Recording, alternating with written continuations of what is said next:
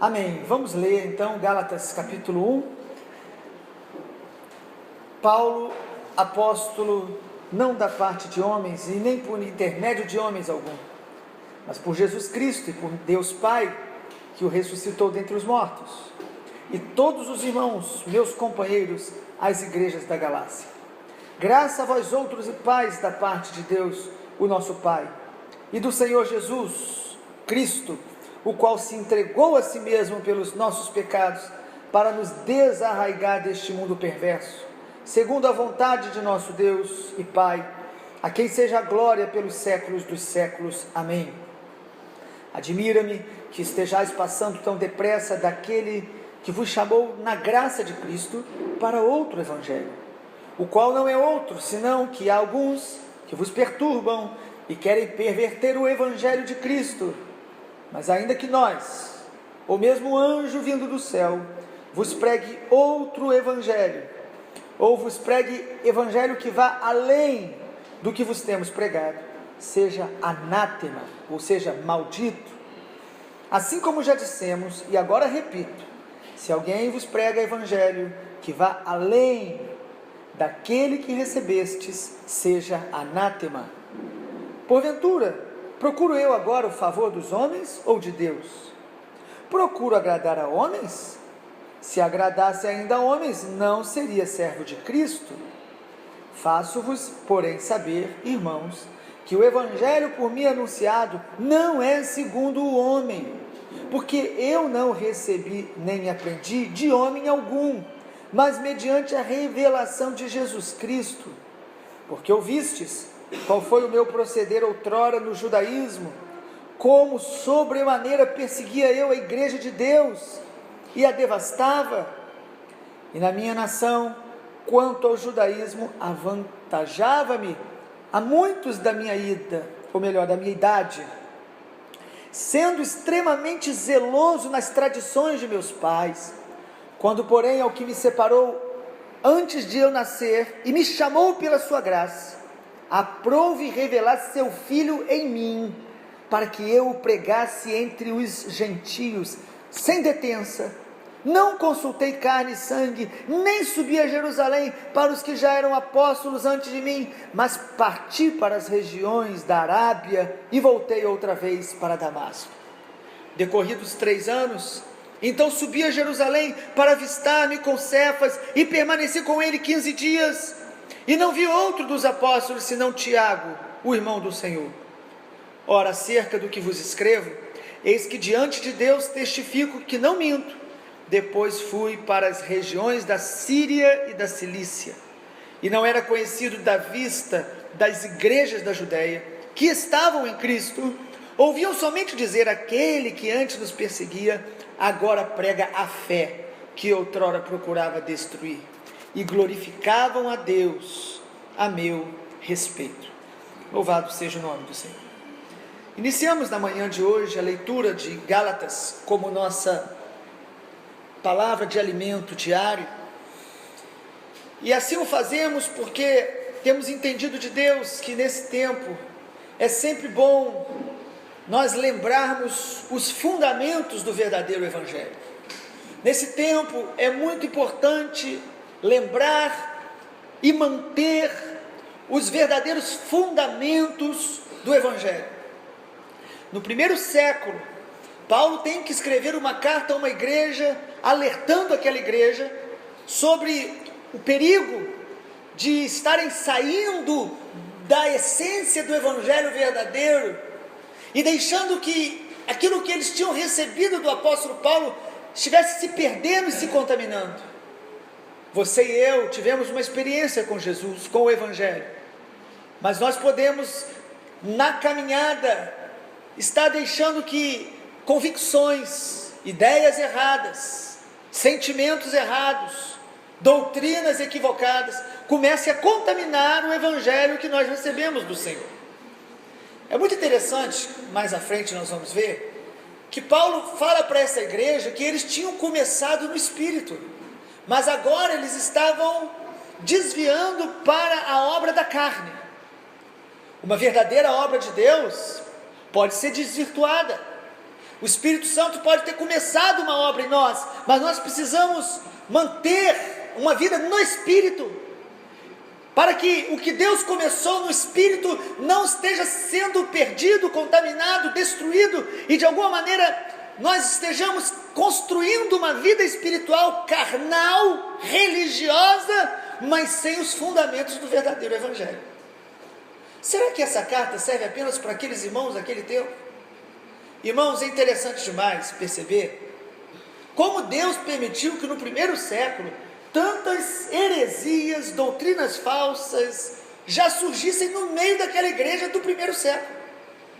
Deus permitiu isso para ter provisão para nós hoje, para que Paulo também, ao escrever e ao combater essas heresias, isso servisse para a igreja em todos os séculos, e principalmente para a igreja desse tempo, que está esperando a volta de Jesus mais do que todas as outras.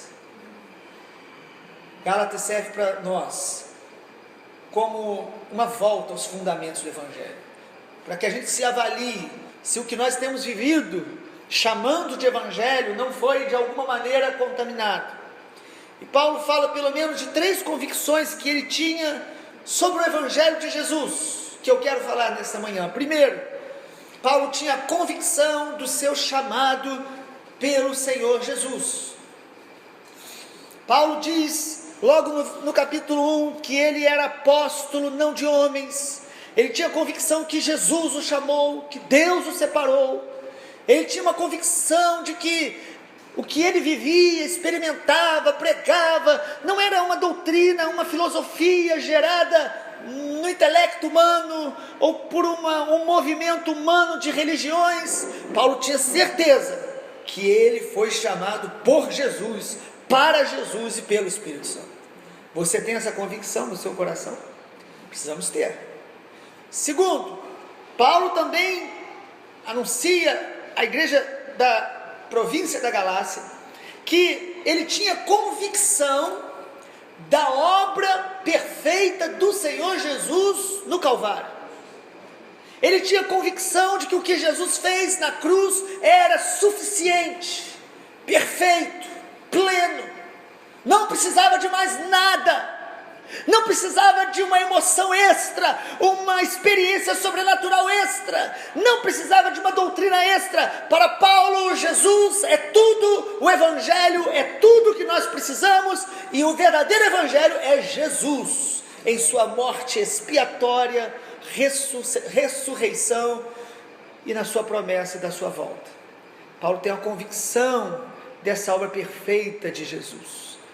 No capítulo 1, ele diz no versículo 6, ou melhor, no versículo 4, ele fala que o Senhor Jesus, ele diz, ele se entregou pelos nossos pecados para nos desarraigar deste mundo perverso, segundo a vontade de Deus e Pai. Ele tinha a convicção que a morte de Jesus não foi um acidente, mas foi previsível e necessária. Jesus foi enviado pelo Pai para nos desarraigar do mundo.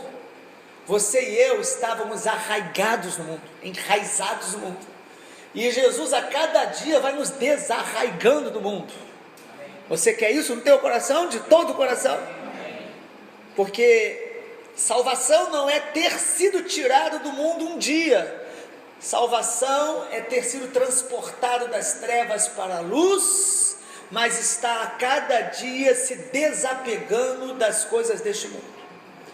E Paulo diz, no versículo de número 6, admira-me que vocês estão passando depressa daquele que vos chamou na graça de Cristo para outro evangelho.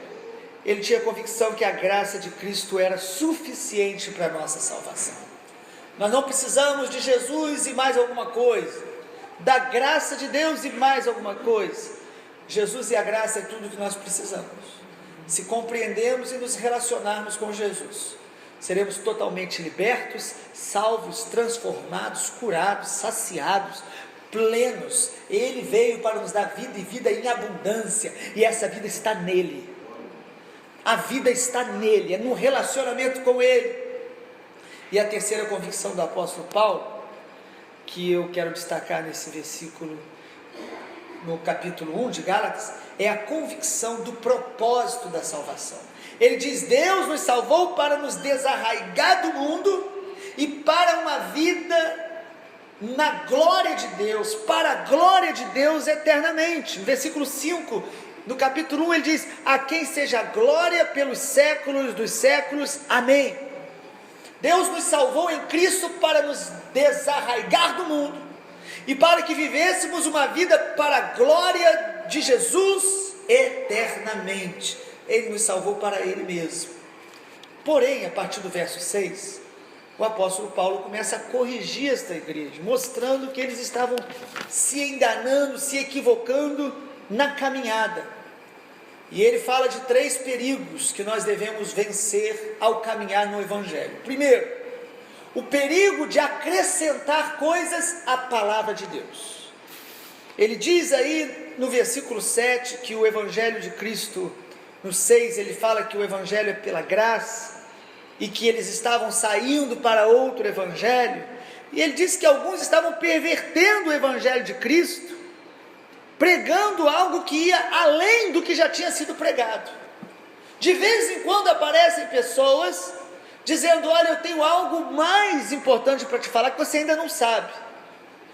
E as seitas, elas proliferam muito entre evangélicos cristãos. As seitas surgem, por quê? Porque algumas pessoas, estando na igreja, começam a achar que precisam de uma revelação extra. O primeiro perigo é o perigo de acrescentar algo à palavra de Deus. Tudo o que você necessita está nesse livro, está na revelação escrita do Senhor. O segundo perigo que nós temos que vencer é o perigo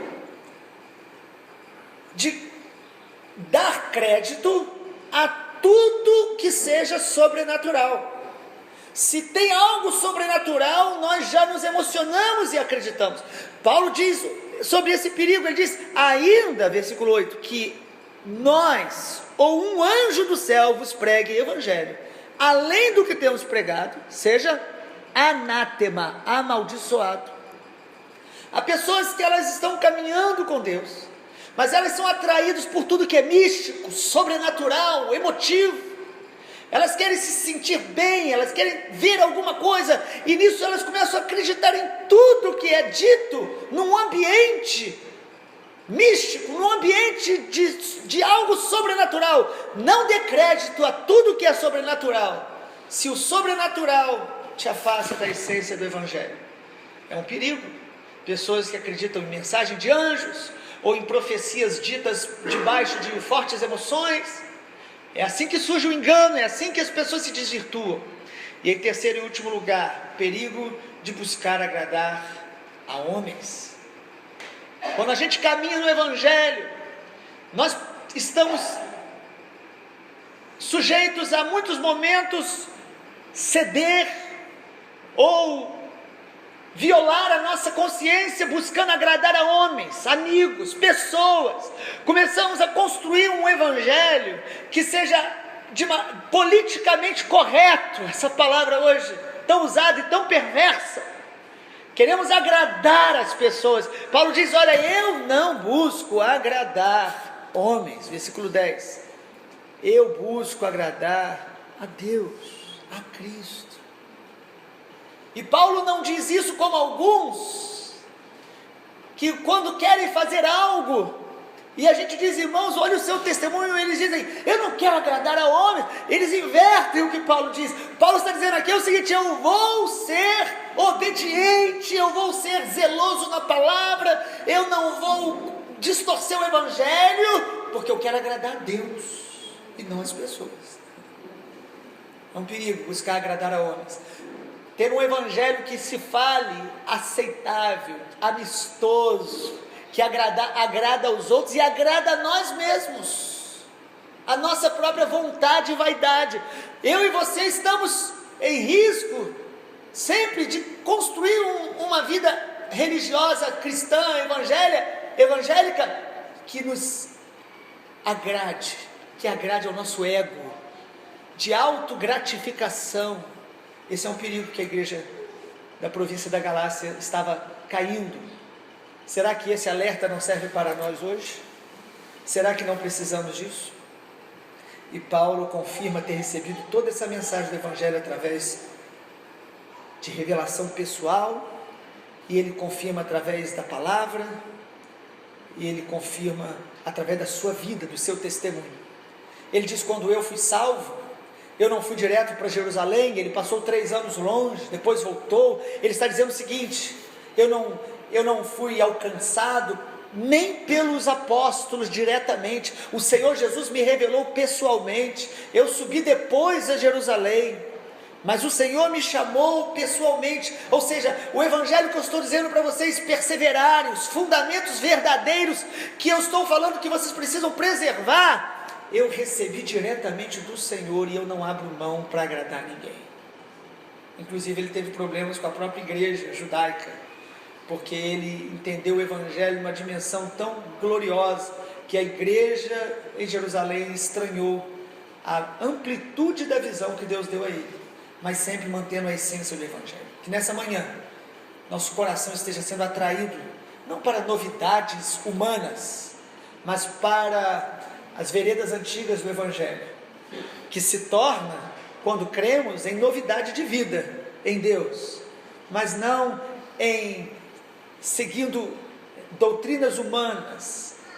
A igreja da região da Galácia era uma igreja que se tornou judaizante, voltando a praticar elementos da lei para poder se sentir mais espiritual, ou seja, caíram no grande engano da religiosidade.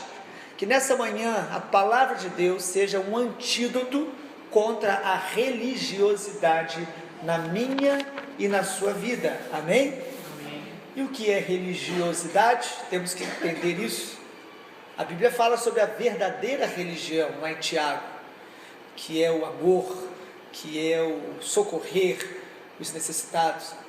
Mas a palavra religiosidade, como usamos hoje, é quando construímos um sistema de doutrinas, de rituais e de aparência de espiritualidade, sem a essência do relacionamento com Jesus e com a palavra. Religiosidade é eu ou você construímos uma maneira de pensar que envolve algumas práticas aparentemente religiosas, espirituais, mas sem a essência, sem a verdade, sem o relacionamento com Jesus. Vida com Deus não é religiosidade, é relacionamento. E não é baseado em leis humanas, crenças humanas, mas é baseado na verdade da palavra de Deus. Que o Senhor Jesus nos abençoe nessa manhã. Amém.